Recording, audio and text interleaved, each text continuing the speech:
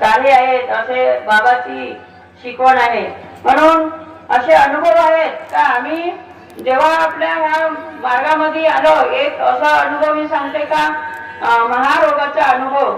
आमच्या एक हिंगणघाट परिसरातले एक आचनगाव आहे आणि तो एवढा त्यांना महारोग झाला होता का त्याच्या अंगावर एवढं डांगरासारख्या धागी उडल्या होत्या आणि त्याचा असा पाजरा व्हायचा होता आणि तो एक गोड सहन करत नव्हता, अशा त्यांना त्रास झाला. जेव्हा तो भंडाऱ्याला आला आणि एका सेवकाकडे उतरला मोहगाव देवीला कडे यासाठी, आता मी देवीकडे जातो, पण तो एका सेवकाकडे आला. त्या सेवकाने म्हटलं, बाबा तुम्ही हे देवी देव धर्म खूप करत आहात, पण आमच्या म्हणे ह्या मार्गामध्ये जे काही म्हणे तुमचे जर दुःख आहे ते म्हणे एका ह्या नुसत्या बाबा हनुमानजीच्या तीर्थाने तुमचे दुःख दूर होतील, या मार्गाचा प्रवास करा. तर त्याला वाटलं का म्हणे असं एवढं मी म्हणे देवी धर्म एवढं तिकडं जाऊन राहिलो, हे दुःख दूर होत नाही आणि या मार्गात आल्यावर माझे दुःख दूर होतील का. म्हणे हो तुम्ही या आमच्या मार्गात, तर पहा म्हणे तुम्ही आमच्या बाबाची या, तर तुम्हाला खरंच आराम होईल. खरंच त्याला वाटलं का एका यांना आराम होत असेल तर मला काही येवायला वाटत नाही. तो चालू शकत नव्हता आणि बसू शकत नव्हता, एवढी त्यांना त्रास होतो. पाणी वाहत होतं त्याच्या पांगाचं. तेव्हा तो मग त्या सेवकांनी आणलं घरीनं सांगितलं हे परिस्थिती आणि त्या सेवकांकडे त्यांनी 3 दिवसाचे कार्य केले. 3 दिवसाचे कार्य केले आणि त्याची आग पिढ्या बंद झाली, त्याचा पाजरा वाहिनाही बंद झाला. आणि जेव्हा त्यांनी मग ते कार्य करून 3 दिवसाचे गावी गेला आणि विसर्जन व्हायचंच होतं त्याच्या घरचं देवा धर्माचं, पण जेव्हा गावी जाऊन त्यांच्या त्या सेवकांनी विसर्जन करून दिलं आणि कार्य केलं आणि 8-11 दिवसाच्या कार्यामध्ये पूर्ण शरीरासारखा शरीर झाला. एवढी मोठी शक्ती. जेव्हा आम्ही त्यागाच्या कार्य हवनाला गेलो त्यांच्याकडे, 1 वर्षाचा त्याचा त्याग झाला आणि त्यागाच्या हवनाला गेलो तर पुरा गाव जमा झाला होता. अशी कोणती शक्ती आहे म्हणे, असं कोणते बाबा आहे तेवढी यांचे दुःख दूर झाले. आम्हाला तर वाटत होतं म्हणे का जगणारच नाही. म्हणलं आमचे बाबा साधे सिंपल आहे, काही असं हे नाही आहे. पण म्हटलं बाबा आमचे बाबा हे फक्त शब्दावर हे कार्य झाले आणि बाबाच्या कृपेनं त्याला समाधान मिळालं. येथे कोणी बाबा नाही आहेत, सगळे सेवक आहेत. पुरा गाव जमा झालं होतं ज्यावेळेस त्यांच्या गावी गेलो आम्ही तेव्हा. अशी बाबाची शक्ती आहे. असे मोठे मोठे आपले दुःख दूर झाले आणि आपल्याला समाधानी मिळाली. एवढी बाबांनी आपल्यासाठी कृपा मिळवून दिला आहे. म्हणून प्रत्येक सेवकांनी आपल्याला जे काही बाबांनी आपल्याला मंडळ तयार केला आणि मंडळात बाबाने आता माझे कुटुंब आपल्या कुटुंबाला सुद्धा बाबांनी दिला नाही आणि बाबांनी मंडळ तयार केला आणि मंडळाच्या वरती कोणी सेवकांनी जर इकड तिकड आता भटकूनच राहिले असे आहे बरेच. आता तिकड तिकड दुकानदाऱ्या सुरू केला, पण असे सेवकांनी भटकायला नको पाहिजे. कारण का मंडळ एक शक्ती आहे, व्यक्ती नाही आहे, शक्ती आहे. म्हणून या त्या मंडळाच्या कार्याला तुम्ही सहकार्य केलं तर खरंच आपल्या अजून समोर कितीतरी आपल्या बाबाची कृपा अशी आहे का कधी कमी पडणार नाही. एवढी शक्ती आपल्या बाबाची आहे आणि प्रत्येक सेवकांनी जागलं पाहिजे, जागवलं पाहिजे. असे बरेच उदाहरण ह्या मार्गामध्ये आपल्याला मिळाले आहेत. आम्ही असंच आमच्या घराच्या पाठीमागे एक साठवणी गुरुजी आहे, त्यांच्या मुलाचं एवढं असं उदाहरण आहे का त्यांनी एवढं ते ऑनलाईन सट्टा म्हणतात, ते सट्ट्यावर त्याला खूप त्यांनी 1,25,00,000 रुपये ते त्यांनी कर्ज केला त्या नुसत्या ऑनलाईन सट्ट्यावर. त्याला आई वडील टीचर, मुलगा त्यांना लग्न करून दिलं अशाने तरी यांचं हे सुटल, पण त्यांचं काही ते सुटत नाही. तेव्हा तो मग नंतर खूप कर्ज झाला, तेव्हा त्याला काही पर्याय नव्हतं, तो घरातून निघून गेला. त्याच्या निघून गेल्यावर लहान छोटा मुलगा 3 महिन्याचा आई वडिलाला विचारायला, पत्नीला विचारायला का आता काय करायचा.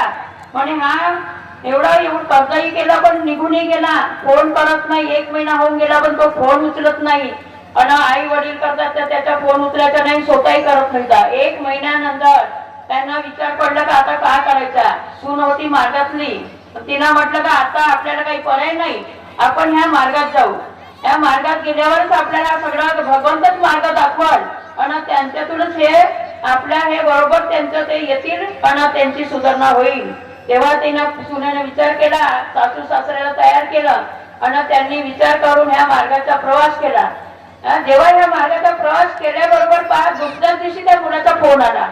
त्यांनी फोन उचलत होता, त्यांनी पेपर सुद्धा दिला दिला त्यांनी आणि पोलीस स्टेशनला रिपोर्ट दिला, पण त्याचा आता पता लागत नव्हता. आणि जेव्हा या मार्गात आल्यावर दुसऱ्याच दिवशी त्यांनी स्वतःहून फोन केला आपल्या पत्नीला, आता मी घरी येत आहे. एवढी मोठी परमेश्वराची कृपा, कारण मी दुसऱ्या दिवशी फोन केला का मी घरी येत आहे. त्यांना तेव्हा आश्चर्य वाटलं तर 1 महिन्यापासून फोन उचलत नाही आणि फोन करत नाही. पहा म्हणे ह्या मार्गातील हे, आता आज आम्ही मार्गात आलो अगरबत्ती, दुसऱ्या दिवशी याचा फोन आला का मी घरी परत येत आहे. आणि घरी आल्यावर दुसऱ्या दिवशी त्यांनी म्हणे मला पण या मार्गात यायचं आहे. म्हणजे एवढी मोठी शक्ती ह्या मार्गामध्ये आपल्या भगवंताची कृपा आहे. आणि दुसऱ्या दिवशी पासून त्यांनी कार्य सुरुवात केला. पण जेवढं गेलं होतं 1 करोड ते पत्नी सांगत होती, 1 करोड 25 लाख रुपये म्हणजे लोकांचे पैसे दिले म्हणे. पण परिस्थिती चांगली होती त्यांची म्हणून एवढे पैसे भरून दिले. पण आता ते त्यांचं आता ते सांगतात का आमचे जेवढे गेलं तेवढे पैसे पूर्ण आमची परिस्थिती चांगली झाली म्हणे. शेतीवर आहे त्यांच्याकडे खूप उत्पादन होऊन राहिलं आणि आमच्या खूप आता चांगलं होऊन राहिलं म्हणे. तसंच आम्ही त्यांचे आई बाबा आम्ही फिरायला गेलो होतो जम्मू काश्मीरला. तिकडे आम्ही गेलो ना, त्यांच्या आईचं मंगळसूत्र एका हॉटेलमध्ये पडला. म्हणजे हॉटेलमध्ये पडला. आम्ही जेवण करायला गेलो तिथं कसा पडला, का पडला, तुटलं वगैरे काही नाही, पडला तो काही दिसलंच नाही. आता त्याने म्हणजे आता नाही दिसून राहिला, जाऊ द्या जाऊ द्या म्हटलं. पण पहा म्हटलं भगवंत आहे म्हटलं, आणि तुमचं मंगळसूत्र जर आहे नशिबात तुमच्या तो मिळेलच. आम्ही दुसऱ्या दिवशी ते रात्र गेली, दुसऱ्या दिवशी 1:30 वाजता आम्ही त्या हॉटेलमध्ये गेला पुन्हा जेवण करायला. पण सकाळी ते त्यांची जर जेवण खावणं झाले, नाश्ता झालं असेल, पण कोणाला झाडू मारलं असेल, पोचा मारलं असेल, पण कोणाला तो मंगळसूत्र दिसला नाही. आणि आम्ही 1:30 वाजता तिथं जेवण करायला गेलो. आता त्या साखरेने गुरुजीलाच तो मंगळसूत्र दिसला, कोणाला नाही दिसला. म्हणजे बाईच्या त्या पतिदेवालाच तो मंगळसूत्र दिसला. तेव्हा त्यांना आश्चर्य वाटलं, अरे म्हणे हा मंगळसूत्र दिसून कालचा मंगळसूत्र दिसणार, एवढ्या डोळ्यात पाणी आलं तर मंगळसूत्र पाहून. आता त्यांना खूप डोळ्यात पाणी आलं का खरंच या परमेश्वराचा किती मोठा म्हणे हे आहे, अनुभव आहे आपला. आणि ह्या भगवंतानं ते म्हणे कोणाही लोकांना तो मंगळसूत्र भेटू दिला नाही, आणि आज आपला मंगळसूत्र आपल्या जवळच मिळाला.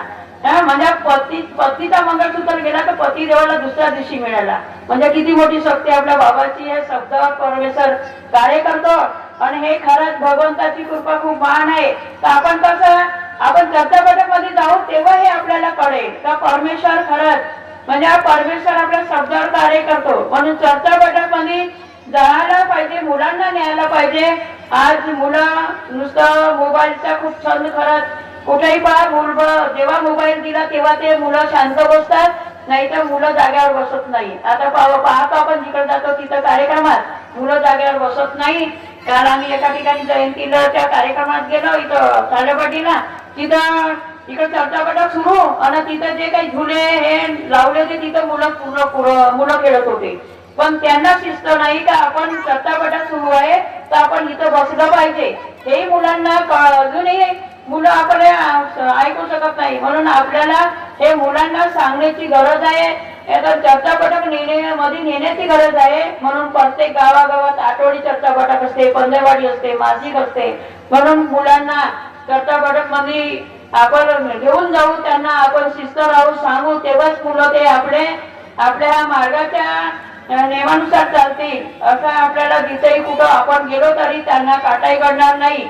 आता मुलं बाहेर शिकतात, त्यांना बाहेर आपल्याला मुलांना मार्गाची आपल्याला समजलं पाहिजे. आपला भगवंत आपल्या सोबत राहील आणि आपल्याला परमेश्वरचा आपला भगवंत आपल्याला सहकार्य करेल. बाहेर गेल्यावर हे मुलांना कळल्या पाहिजे, समजलं पाहिजे. तर त्याच्यासाठी आई वडिलांना लहानपणापासूनच जर मुलांना वळण लावली तर मुलं हे आपल्या मुलांना खरंच आपल्या मार्गाची हे सगळं कळेल ना, त्यांना समजेल का आपला भगवंत आपल्या सोबत आहे तर आम्हाला कशाची भीती नाही.